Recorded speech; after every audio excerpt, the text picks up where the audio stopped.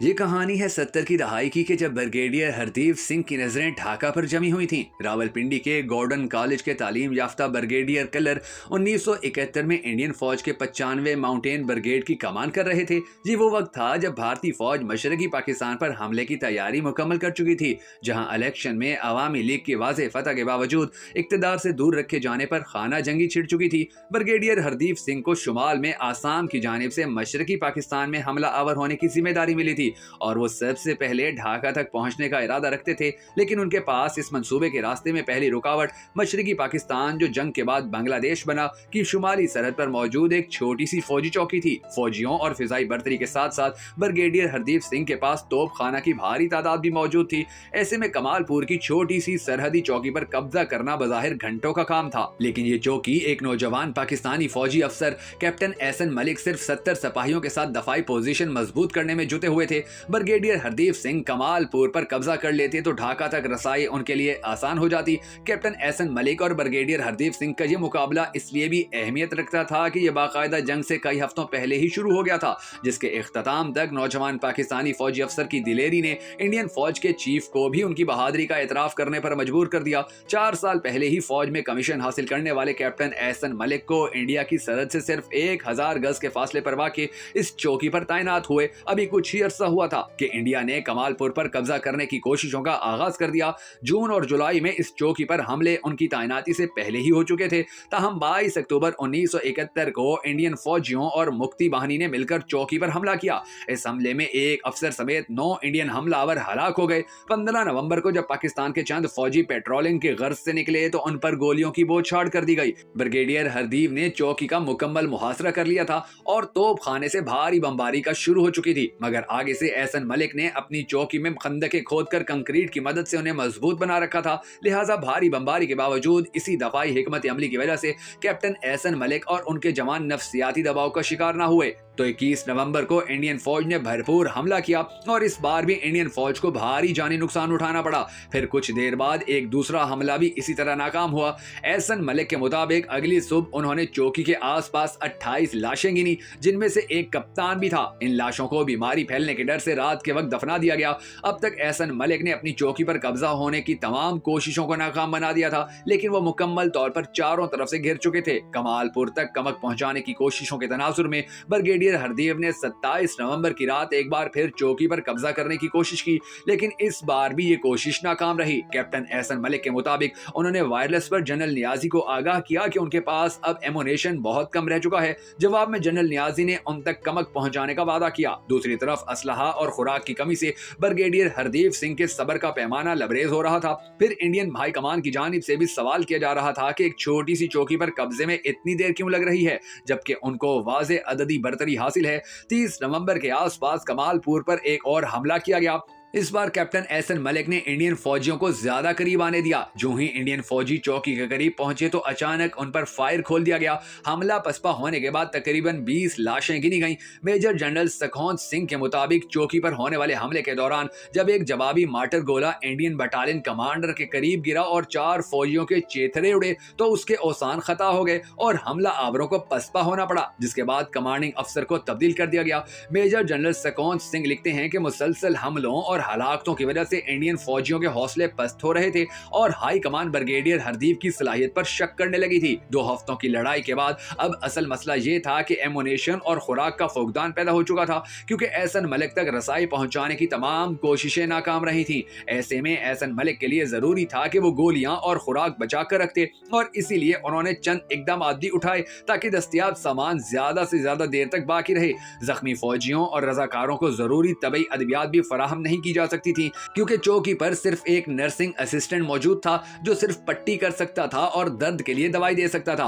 अब एहसन मलिक की चौकी पर हर फौजी के पास फी राइफल 75 गोलियां, लाइट मशीन गन के 200 राउंड और 22 मार्टर गोले बाकी बचे थे। 4 दिसंबर को पाकिस्तान और इंडिया के दरमियान बाकायदा जंग का आगाज हो गया। उस दिन जब 2 हेलीकॉप्टर कमालपुर के ऊपर नमूदार हुए तो चौकी में महसूर पाकिस्तानी फौजियों को गुमान हुआ कि उन तक कमक आखिरकार पहुंचने वाली है। उनके थके हारे चेहरे उम्मीद से जगमगा ٹکرا اٹھے, لیکن یہ امید زیادہ دیر برقرار نہیں رہی. یہ انڈین فوج کے ہیلی کاپٹر تھے جو فضا میں بلندی سے چوکی کا تفصیلی جائزہ لے رہے تھے. دوسری جانب ایمونیشن کی کمی کے باعث اب کیپٹن احسن ملک تاکید کر چکے تھے کہ گولیوں کا بے جا استعمال نہ کیا جائے. انڈین فوجیوں کو بھی اس بات کا احساس ہو چکا تھا اور وہ رفتہ رفتہ چوکی کا گھیراؤ تنگ کرتے جا رہے تھے. اسی دوپہر کو انڈین فوج کی جانب سے سفید جھنڈا اٹھائے ایک بنگالی کے ہاتھوں کیپٹن احسن ملک کو پیغام بھجوایا گیا کہ وہ ہتھیار پھینک کر انسانی جانوں کو بچا لیں, ورنہ نتائج کی ذمہ داری بھگتنے کے لیے تیار رہیں. اس پیغام میں لکھا گیا تھا کہ آپ نے گزشتہ چند دنوں کے دوران اسلحہ اور رسد منگوانے کی بھرپور کوشش کی ہے,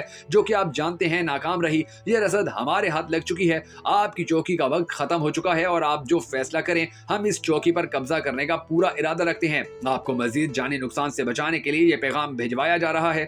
گزشتہ دن سے پاکستان اور انڈیا کے درمیان جنگ چھڑ چکی ہے اور آپ کے ساتھی فوجی آپ سے میلوں دور ہیں. اس پیغام کا جواب چوکی کی طرف سے انڈین فوجیوں پر گولیوں کی بوجھاڑ سے دیا گیا تو تھوڑی ہی دیر میں فضا میں 4 انڈین مگ طیارے چوکی پر بمباری کرنے پہنچ گئے. کچھ دیر بعد ایک بار پھر فضائی بمباری کی گئی, جس کے بعد ہتھیار پھینکنے کے لیے ایک اور پیغام بھجوایا گیا. اس پیغام میں لکھا گیا کہ آپ نے ہمارے پہلے پیغام پر توجہ نہیں دی. یہ آپ کو منطق سے کام لینے کی آخری درخواست ہے. آپ نے کچھ دیر قبل دوائی کا مزہ چکھ لیا ہے. اگر آپ ہتھیار پھینکنے کا فیصلہ کرتے ہیں تو میں آپ کو یقین دلواتا ہوں کہ آپ کو وہی عزت دی جائے گی جو کسی ایسے دشمن کو دی جاتی ہے جس نے دلیری سے مقابلہ کیا ہو. مگر اس پیغام کے جواب میں بھی چوکی کی جانب سے گولیوں کی بوچھاڑ کی گئی. کیپٹن احسن ملک کو اب فیصلہ کرنا تھا. ان کا اسلحہ جو پہلے ہی کم ہو چکا تھا ختم ہونے والا تھا. ان تک کماکیہ رسد پہنچنے کے تمام راستے انڈین فوج کے قبضے میں تھے. فرار ہونے کی کوشش بھی کامیاب ہوتی دکھائی نہیں دے رہی تھی, کیونکہ جیسے ہی وہ چوکی کے دفاع سے نکلتے تو انڈین فوجیوں کی گولیوں کا نشانہ بن جاتے. قریب ترین کمپنی ہیڈ کوارٹر کئی میل دور تھا, جہاں تک پہنچنے کے لیے ان کے پاس کوئی گاڑی نہیں تھی. ایسے میں کیپٹن احسن ملک نے اپنے کمانڈنگ افسر لیفٹیننٹ کرنل سلطان سے رابطہ کیا, تاہم ان کو کمک نہ مل سکی کیونکہ اب بخشی گنج پر بھی انڈین فوج حملہ کر چکی تھی. ادھر انڈین فوجی سربراہ اب اپنا ضبط کھو چکے تھے. انہوں نے چوکی پر ایک بار پھر فضائی بمباری کروانے کے بعد کیپٹن احسن ملک کو تیسرا اور آخری پیغام بھجوایا, جس میں لکھا تھا کہ اب میں آپ کو مزید وقت نہیں دے سکتا. یہ بہتر ہوگا کہ آپ کسی پیغام رساں کے ہمراہ آئیں. میں آپ سے وعدہ کرتا ہوں کہ آپ کو کوئی نقصان نہیں پہنچے گا. لیکن اس تیسرے پیغام کے جواب میں بھی ایک بار پھر چوکی کے بنکر سے گولیوں کی بوچھاڑ ہو گئی, جس نے انڈین فوجی سربراہ کو غصہ دلا دیا اور انہوں نے رات کے وقت چوکی پر حملہ کرنے کا فیصلہ کیا. گولیوں کی یہ بوچھاڑ کمال پور چوکی کا آخری جواب تھا. تقریباً شام 7 بجے کیپٹن احسن ملک سفید جھنڈا اٹھائے چوکی سے باہر نکلے اور انہوں نے ہتھیار ڈالنے پر حامی بھری. ایمونیشن ختم ہو چکا تھا. انڈین فوج کو اب جواب دینے کے لیے گولیاں بھی باقی نہیں تھی. 21 دن تک کسی قسم کی کمک کے بغیر لڑنے کے بعد اب اس کے علاوہ کوئی چارہ نہیں تھا. تاہم کیپٹن احسن ملک نے واضح کیا کہ وہ انڈین فوج کی جانب سے ہتھیار پھینکنے کے پیغام کے جواب میں یہ فیصلہ نہیں کر رہے, بلکہ انہوں نے اپنے کمانڈر کی ہدایت پر ایسا کیا ہے. کیپٹن احسن ملک نے 21 دن تک محاصرے کے باوجود بہادری سے صرف 140 کی نفری کے ساتھ ایک پورے برگیڈ کو روکے رکھا, جس پر انڈیا کے army chief general same Manik شاہ نے ان کو ایک تعریفی پیغام بھجوایا. جنرل مانیک شاہ, جو سیم بہادر کے نام سے بھی جانے جاتے ہیں, نے انڈین فوج کے فارمیشن کمانڈ کو یہ ہدایت بھی دی کہ وہ کمال پور کا بہادری سے دفاع کرنے والے پاکستانی فوجیوں سے عزت دارانہ سلوک کریں. بریگیڈیئر ہردیپ سنگھ بھی اس افسر سے ملنا چاہتے تھے جنہوں نے ان کے برگیڈ کا مقابلہ کیا تھا. جب وہ چوکی پر پہنچے تو وہ مرطوب دفاعی نظام دیکھ کر حیران رہ گئے کہ توپ خانے کی بھاری بمباری اور فضائی حملوں کے باوجود کنکریٹ سے بنے پل باکسوں پر دراڑ تک نہیں پہنچی تھی. انڈین فوجی افسر نے ان سے سوال کیا کہ تمہارے باقی جوان کہاں ہیں, کیونکہ ان کے سامنے صرف 60 فوجی اور 9 زخمی جوان تھے, جن کے علاوہ چند نیم تربیت یافتہ رینجر اور چند غیر تربیت یافتہ رضاکار تھے. احسن ملک نے جواب دیا کہ ہم 21 دن سے محاصرے میں ہیں اور کسی نے چوکی کو نہیں چھوڑا. یہ سن کر انڈین افسر حیران ہوئے, کیونکہ ان کا خیال تھا کہ اس چوکی پر کم از کم پاکستانی فوجیوں کی ایک پوری کمپنی تو ضرور موجود ہوگی. انڈین فوجی افسر ان بنکرز کو دیکھنا چاہتے تھے, لیکن جب وہ ایک بنکر میں داخل ہونے لگے تو انہوں نے کہا کہ پہلے آپ اندر جائیں, کیونکہ ان کو ڈر تھا کہ وہاں بارودی سرنگ نہ ہو. تاہم بریگیڈیئر ہردیپ سنگھ کمال پور کی چوکی کے ہتھیار پھینکنے کے 11 دن بعد ڈھاکہ کی مضافات میں پہنچنے والے پہلے سینئر انڈین فوجی افسر بن گئے, جہاں موجود پاکستانی کمانڈر جنرل امیر عبداللہ نیازی کو بھی کچھ ایسی ہی صورتحال کا سامنا تھا جیسا کیپٹن احسن ملک کو. कई साल बाद इंडियन सहाफी किरण थापर ने 1971 में इंडिया की फौज के army chief general same Manekshaw से सवाल पूछा कि क्या वाकई आपने कैप्टन एहसन मलिक नामी एक पाकिस्तानी फौजी अफसर की बहादुरी से मुतासिर होकर उन्हें एक तारीफी पैगाम भिजवाया था। उसके जवाब में सेम मानेकशॉ ने कहा कि ये सच है, हम एक जगह को फतह करने की कोशिश कर रहे थे जिसका दफा एहसन मलिक कर रहे थे। हमने भरपूर कोशिश की लेकिन हम तीसरी कोशिश तक कामयाब नहीं हो सके। वो बहुत दिलेरी से लड़ा और मैंने उसे एक खत लिखा था। सेम मानेकशॉ ने करण थापर को बताया कि जब मैं जंग के बाद पाकिस्तान गया तो मैंने उसका जिक्र पाकिस्तानी हम मनसब से भी किया और मैंने उससे कहा कि मेरे ख्याल में इस लड़के को बहादुरी का तमगा मिलना चाहिए क्योंकि वो जुर्रतमंदाना और शानदार तरीके से लड़ा था।